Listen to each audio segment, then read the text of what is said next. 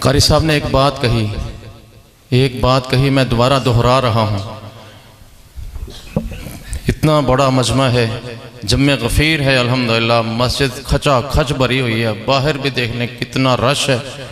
انہوں نے ایک بات کہی ہے آج کے حوالے سے، اگر کسی کے دل میں شوق پیدا ہو گیا عبداللہ شاکر کی تلاوت سننے کے بعد میں اپنے بیٹے کو حافظ قرآن بناؤں گا. صرف ایک بچہ. کتنے لوگوں میں یہ شوق پیدا ہوا؟ کھڑے ہو کے اعلان کریں کہ آج کے بعد یہ بچہ آپ کے حوالے کریں گے.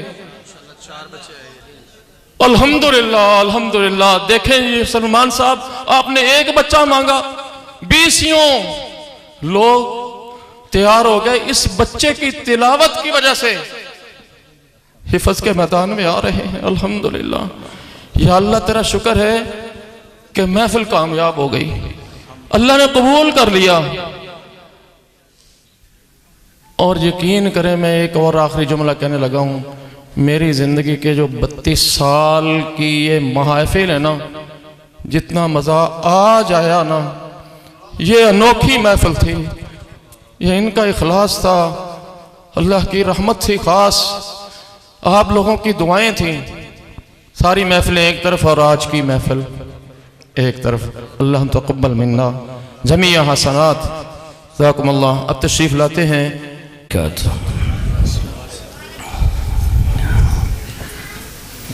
ٹائم چونکہ کافی ہو چکا ہے، میں مختصر الفاظ میں کچھ چیزوں کی وضاحت کرنا چاہوں گا. سب سے پہلے تو یہ ذہن میں رکھیں کہ یہ اللہ کی خاص عطا ہے، اللہ کا فضل ہے، اس میں ہمارا کوئی کمال نہیں. جو بھی محنت کروائی وہ بھی اللہ کی توفیق. اس بچے کو ایک ہی تربیت ہے، ایک ہی اس کو ہمیشہ نصیحت ہوتی ہے کہ اللہ اگر کعبہ کے مصلی پر بھی کھڑا کرے تو پھر بھی یہی کہنا میں کچھ نہیں ہوں. جب تک آپ یہ کہیں کہ میں کچھ نہیں، اللہ بہت کچھ بنا دیتا ہے. اور جس دن ہمارے اندر میں آ جائے اس دن اللہ سب کچھ لے لیتا ہے. دوسری چیز، میں جب اس بچے نے قطر میں مسابقہ میں پوزیشن حاصل کی، میری ایک عادت ہے الحمدللہ 20 سے زیادہ مسابقہ جات پاکستان لیول پہ جیت چکا ہے. اس کی اصل وجہ یہ ہوتی تھی کہ میں جب کسی مسابقہ میں جاتا تھا، اس سے زیادہ میں دوسرے آنے والے بچوں کو اپریشیٹ کرتا تھا، میں ان کو سپورٹ کرتا تھا. اللہ نے مقدر میں لکھا ہوتا ہے. یہ میں اپنی تعریف نہیں بیان کر رہا، یہ ایک جذبات ہیں اور ایک تربیت ہے. تحدیث نعمت کے طور پہ یہ میں ذکر کر رہا ہوں کیونکہ اساتذہ اکرام بھی بیٹھے ہیں اور والد بھی بیٹھے ہیں. مجھے ایک والد کا فون آیا جس کا بچہ کافی سال پہلے میرے پاس پڑھ چکا تھا. وہ میرے دوست بھی ہیں، مجھے جانتے ہیں. مجھے ایک ہی لفظ انہوں نے کہا، قاری صاحب آج اللہ نے آپ کو جو آپ نے دوسروں کے بچوں پر قربانیاں دی ہیں، اللہ نے آج اس کا پھل دے دیا آپ کو. یقیناً اساتذہ کے لیے یہ بات بڑی اہم تھی. بطور والد، ہر والد اپنے آپ سے یہ پوچھے کہ وہ اپنے بچے کے لیے کیا کر رہا ہے. رازق تو اللہ کی ذات ہے نا جی. بہرحال اپنے آپ سے پوچھیں کہ وہ اپنے بچے کے لیے کیا کر رہا ہے. میری کوئی مجلس نہیں جس میں میرے بچے نہ بیٹھ سکتے ہیں.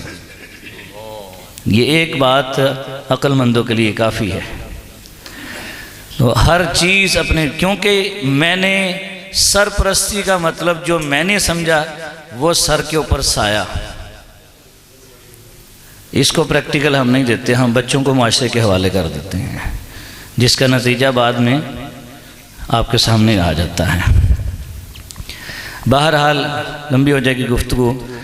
میرا چونکہ قطر سے آ کے تھکاوٹ تھی اور پھر الحمدللہ قطر میں ہی اللہ نے خوشخبری آگے بھی دے دی کہ عراق میں بھی یہ فائنل میں سلیکٹ ہو گئے. اس کے لیے آپ سب کی محبتوں کا ثبوت تو یہ ہوگا کہ آپ سب نے ہر نماز میں اس بچے کی عراق سے کامیابی کی دعا بھی کرنی ہے. قاری طیب صاحب کا میرا اس سے پہلے قاری عبداللہ طیب صاحب میرا اس سے پہلے میرے علم میں نہیں تھا کہ قاری عبداللہ طیب صاحب، کیونکہ میں باہر رہا ہوں زیادہ تر، ان کا فون آیا ہے، اللہ تعالیٰ ان کو جزائے خیر عطا فرمائے۔ یقین کریں کہ ان سے پہلے 2 مہینے پہلے ملتان میں مفتی عبد الرحمن شاہین کر کے ہیں وہاں کے بڑے، ان کے ادارے میں حماد لکھوی صاحب اور یاسین حیدر صاحب، یہ 2 خطیب آ رہے ہیں 16 تاریخ اگلے جمعے کو۔ وہاں اس کا 2 مہینے پہلے ٹائم لیا تھا، میں نے ان سے معذرت کر لی تھی۔ وجہ کیا تھی کہ عراق کا سفر کرنا ہے، میں لمبے سفر نہیں پاکستان میں کرنا چاہتا۔ یہ جو بات میں بتانا چاہ رہا ہوں وہ اس لیے کہ واللہ عالم کہ کیا اخلاص تھا ان کے دل میں کہ میں نہ نہیں کر سکا۔ یقین کریں میں نہ نہیں کر سکا۔